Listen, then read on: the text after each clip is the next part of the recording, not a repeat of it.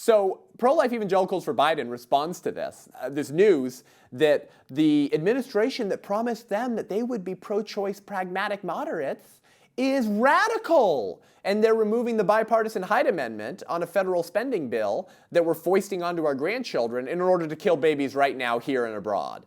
Shocker! Joe Biden's doing exactly what he said he was going to do on abortion.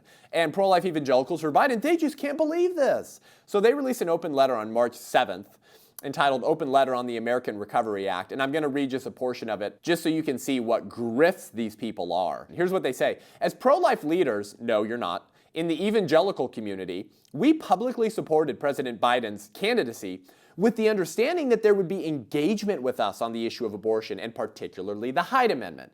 The Biden team wanted to talk to us during the campaign to gain our support, and we gave it on the condition that there would be active dialogue and common ground solutions on the issue of abortion. There has been no dialogue since the campaign.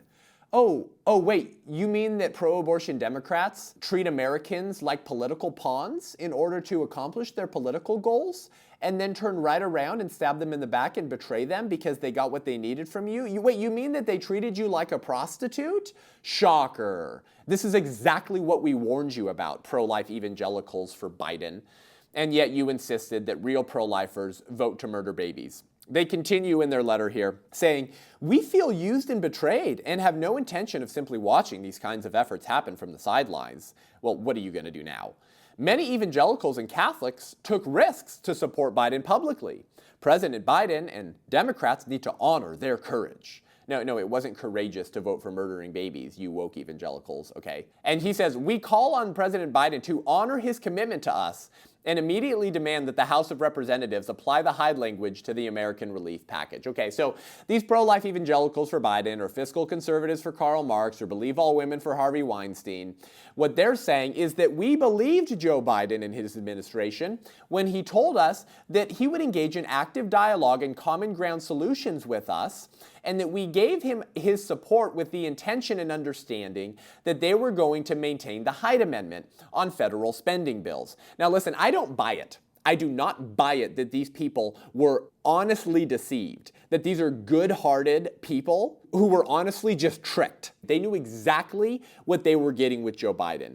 The pro-life community, the conservative community told them over and over again after they launched this ridiculous, contradictory organization what they were going to get with this administration, the most radical pro-abortion administration in American history, with a vice president who jails pro-lifers, for goodness sake, and was the co-sponsor of the most radical piece of federal pro-abortion legislation called the Women's Health Protection Act. This is simply an attempt by the pro-life evangelicals for Biden to cover their butts within evangelical circles, so they can look like they're holding this administration accountable, right? And they're proving their pro-life principles. I'm still speaking for pro-life. I'm saying, no, you naughty, naughty Biden. You can't use our tax dollars to fund abortions in a stimulus bill that's supposed to help the American economy by bankrupting it and forcing our grandchildren to pay for it. Naughty, naughty, naughty. See, I'm pro-life still. I'm still speaking truth to power, except you voted these people into position and you told us that we should do it too. And we told you what you were going to get.